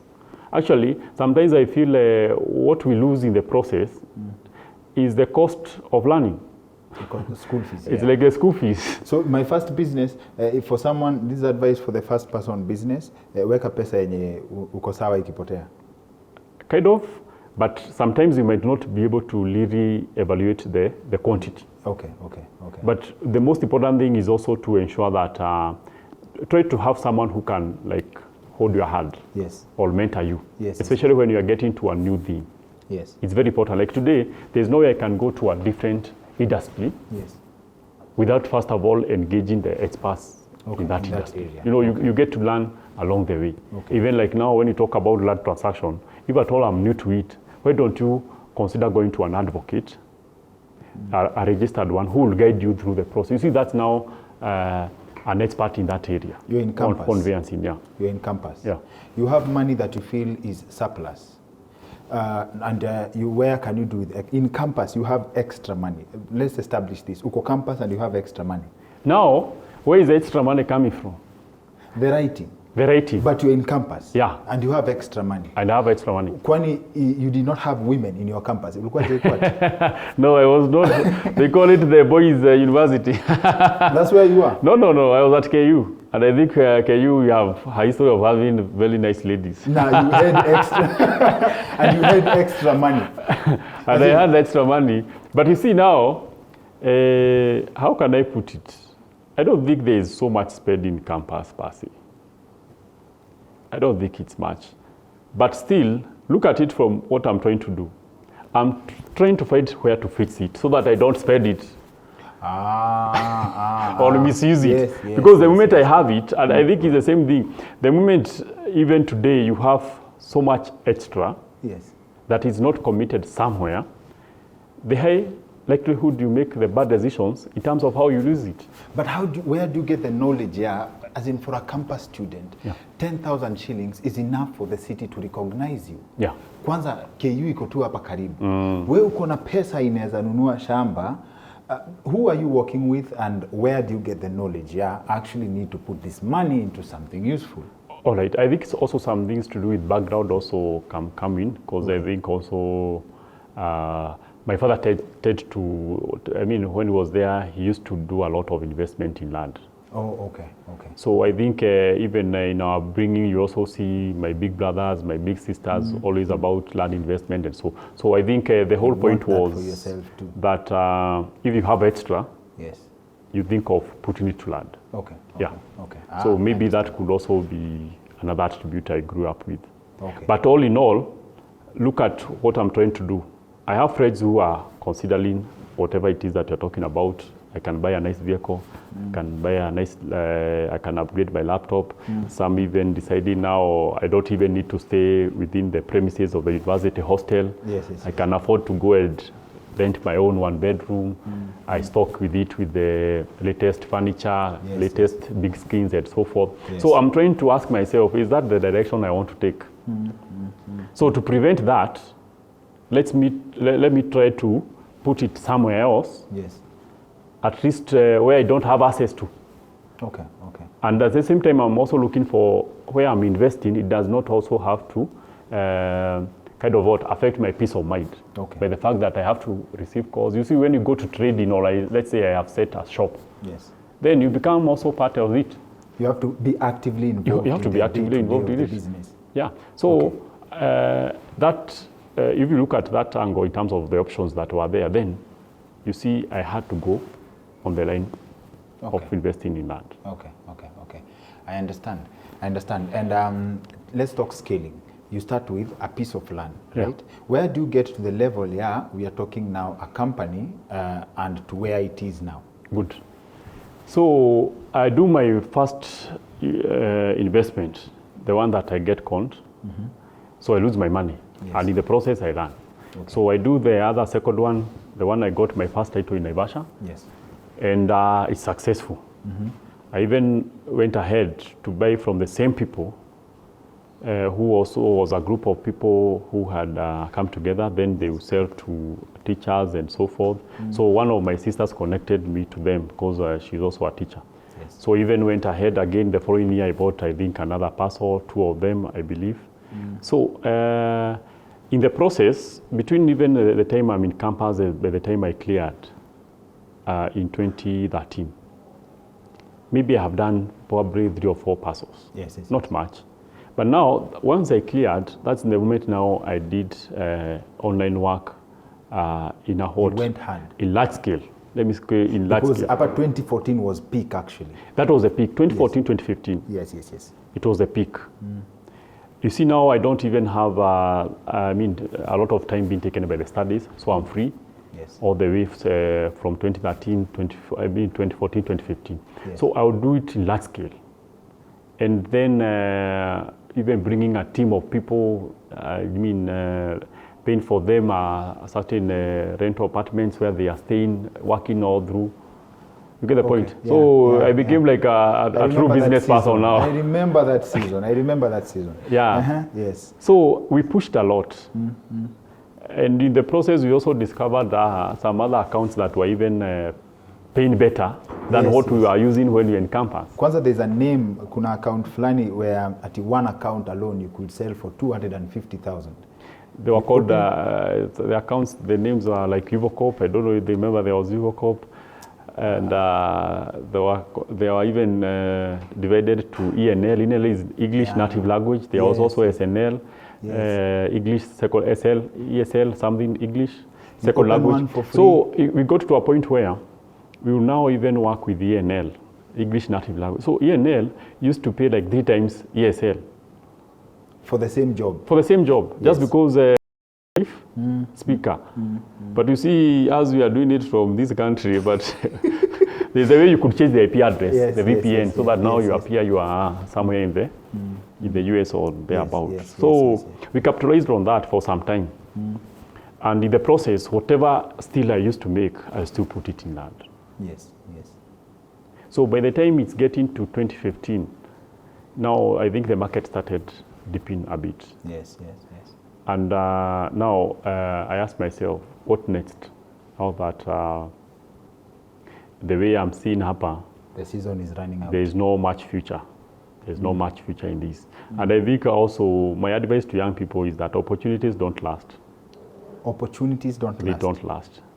When you have that ceiling, that opportunity, that space, just capitalize on it as much as you can. Capitalize on it the very best you can. Unleash your full potential. When you're eating, don't think it is eating forever. You can't. So you capitalize on it because it will help you now when things start going down. At least you have the muscles to start doing something else.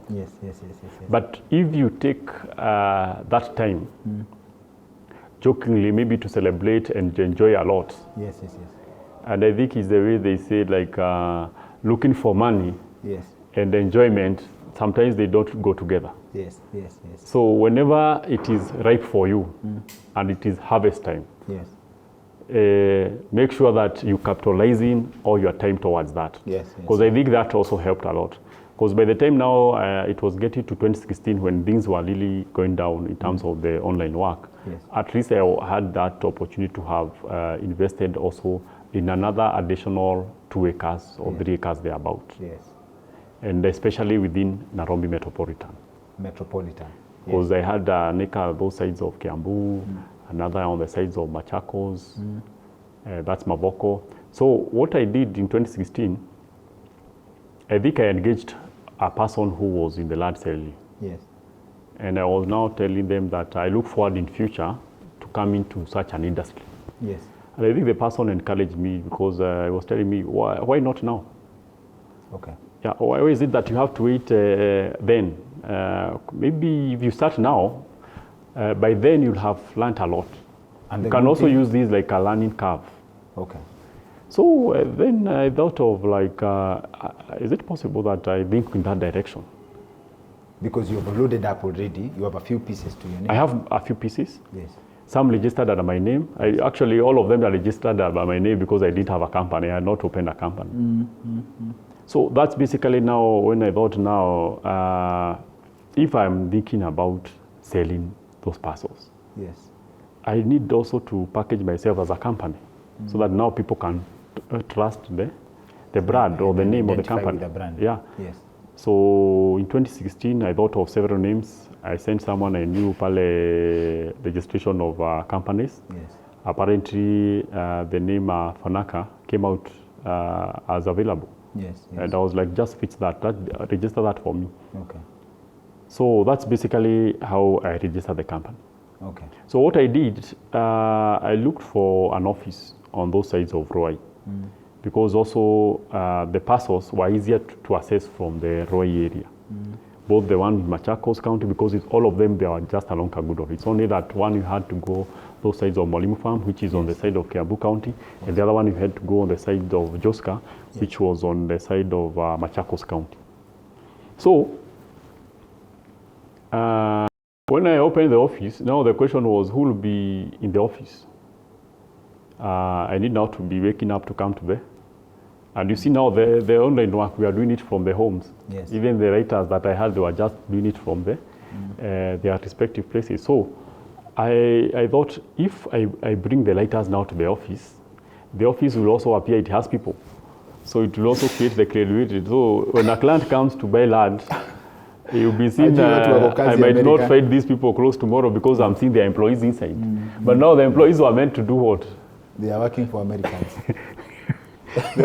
They were doing the writing. So I branded the office with the company name, the logo, everything is branded as the company for selling land. Yes. But the only person who sells land is myself in that office. Yes, yes, yes. And it's not like I'm doing it throughout, because I even come to the office to manage what the other writers are doing. So the proceeds now I was getting, I will also use them to do the subdivision, to pay the surveyors, to get the titles, also now to pay the office and any other expenses in terms of driving the clients to the project and so forth. So how did I get the clients? Basically, I capitalized on the social media platforms. Yes, yes, yes. I think that moment was when Facebook now, people were starting to believe in the messaging of the social media. You know, when social media came on board, people thought of it from the social element. They had not considered it from a business perspective. Yes. And actually, most of the things that were posted there, people are taking them jokingly. Yes. It hadn't gotten commercialized. Yes. So the same thing comes on board. People who have a head start, sometimes they benefit. Yes. Because I started using it to market the product. Yes. Majorly on Facebook. And I think I got the first client who wanted to visit the project after a month or two. You're just trying? I'm just trying. I just posted there. Yes. I understood about now sponsoring, the way you can sponsor the content on Facebook. Yes. Such kind of dynamics and so forth. Yes. Taking some nice pictures, then posting them there of the what you're selling. But the first sale, I think we got the first sale after 3 months. The first person comes to check the land after a month? A month, but they never bought. The first conversion comes after 3 months? After 3 months. Okay. And for you to get that sale, you have already taken several people. Some giving their own excuses and so forth. You get the point? Yes, yes. And also some feeling like you are too young to be selling land, so probably you are not genuine. They'll create those questions. But you still have the patience to drive someone to the piece of land, and you know they may not buy. They may not buy. dynamics of business. It happens. But I think what helped me was the fact that the writing job was facilitating me in terms of the expenses and the bills, and then I could also for the fuel and so forth. Mental note, you cannot go in blind. Yeah. You had a backup. That's the point. Okay. So I think also converting those properties that I own personally to be part of the company or the initial capital also helped me to start at a certain level. Okay. You get the point? Yes. And I think it's important even when you are thinking about moving to a certain business, you start planning earlier. Okay. So that if at all there are things that you can start putting on board, you start doing it. It could be capital. Maybe you need to save financial capital or so forth. It could also be information. So that you keep asking yourself, if I'm planning to start this in a couple of years to come or in a couple of months to come, what is it I'm doing today to prepare myself for that? Yes. I think even the best athletes we have, they take time to prepare. Yeah, true. If you study some of the best we have in Kenya, you realize it's a history. I call it loading up, actually. That's the whole point. And that's where the work happens. Okay. Because what we see for some few seconds, especially for like the 100-meter race, it's just some few seconds, less than 10 seconds. But someone prepares for 6 months. They take that even years. To do 9 seconds. To do 9 seconds. So that's where the work is. You get the point? Yes. And that's what determines universal. Whether you'll shine over. It goes without saying. Yes. Anywhere you see success, be it in financial, be it in career-wise, be it in all the spectrums of life. The preparation in the background is more than the little you see in the shine. That's the hope. That's the tip of the iceberg. That's what you get to see. But the work is deep behind there. the scenes. Yeah. So it goes without saying. So that's basically how that was the entry point. And upon continued efforts towards marketing, I was able now to start getting clients now and then. There was a time even the target, I think in 2017, the target was just to sell one piece of land, one piece in a month. So you started in 2016. Yeah. Your 2017 target is selling just one piece. One piece in a month. In a month. Yeah, I would feel I fulfilled the goal because it was also a hassle to sell one piece. Okay. You get the point? Yes. Because you have to like kind of have marketed to a very big audience to get a small. Then gotten some few or several hundreds of, let's say tens of contacts. Then in the process of you managing to sell that one, you have probably taken people like for site visits, more than 10 or 20 clients. And you don't get tired? You don't get tired. It's a lot of hassle. Actually, the hassle is down there. Yes. But now, what that does, it builds your level of resilience. And did you ever have a season of feeling the pain? Yeah, you've taken someone, you've explained everything. Alafu in the middle of the conversation, unajua aki huyu hatanunua. But you have to continue explaining, and then you go back. It happens.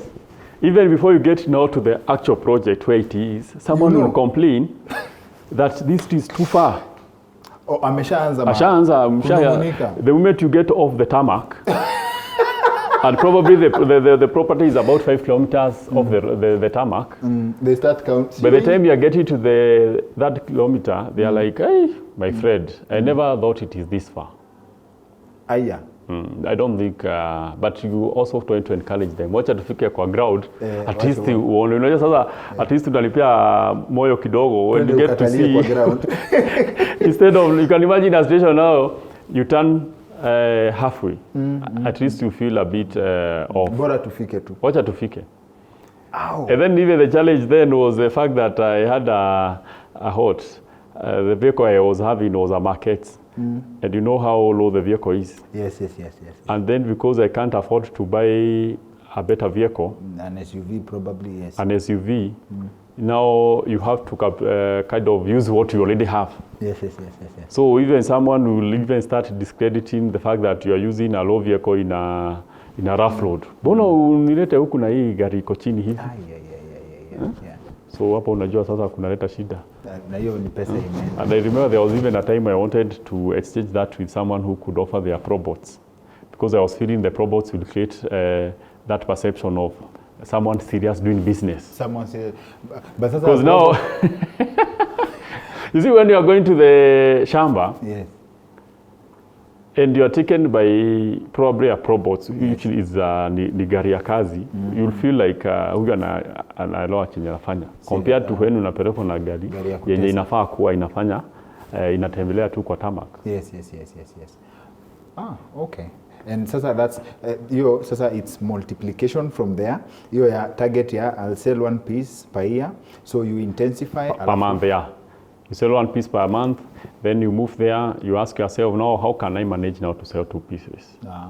Okay. Do I need to increase the manpower? Where are the challenges? So in the business you have to look at areas that you need to scale. Yes. Because there are different dynamics. It's not just about the product. It's not just about the service you are selling. I think we always consider business as having the 3 P's. The 3 P's. The P's are, one is the product or the service that you are selling. Yes. The other one is the process.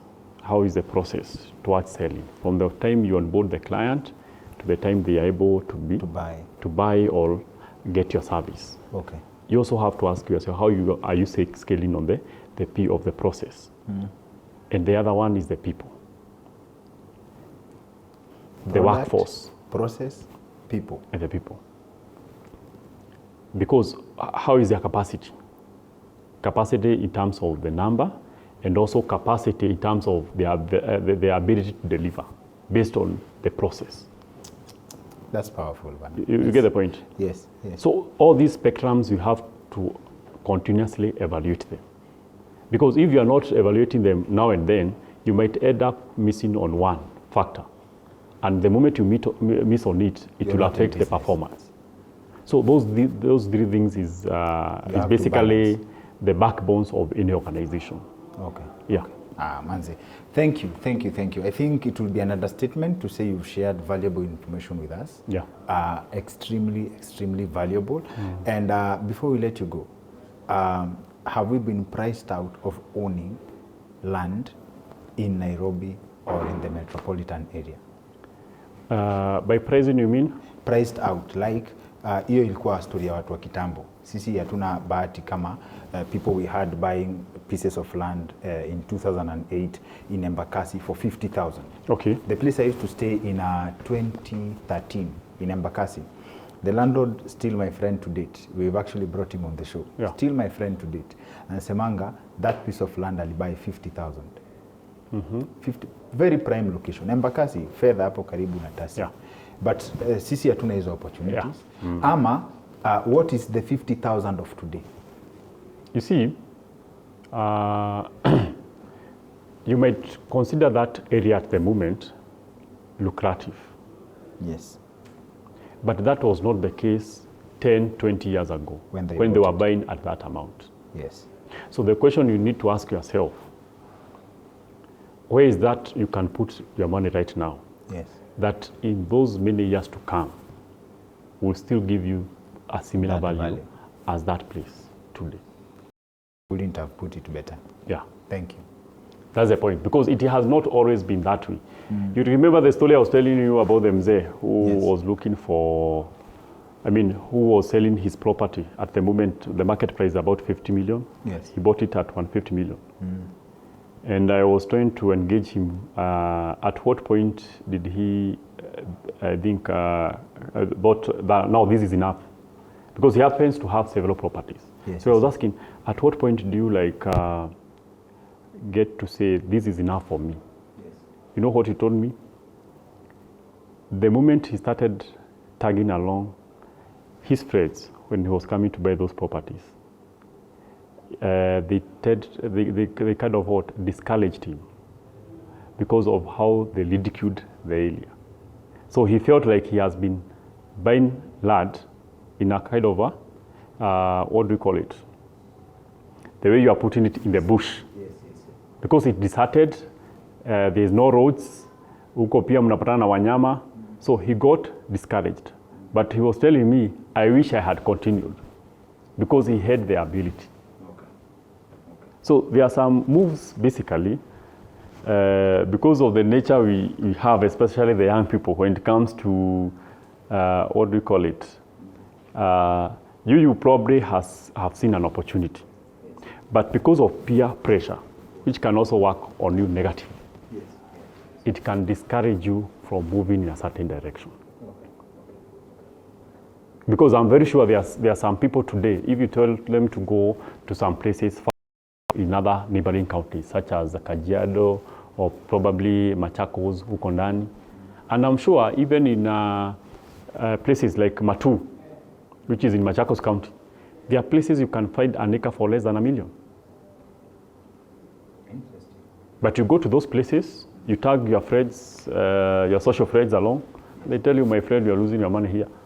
And you see that the sad thing about people creating excuses for themselves is, and I actually have seen this on social media, when the Safaricom Sacco estate got flooded, watu wako like, oneni sasa, mliambiwa msinunue shamba Kitengela, it's flooded. If you had some money that you wanted to buy a piece of land or you are planning to, you cancel those plans immediately because of the floods.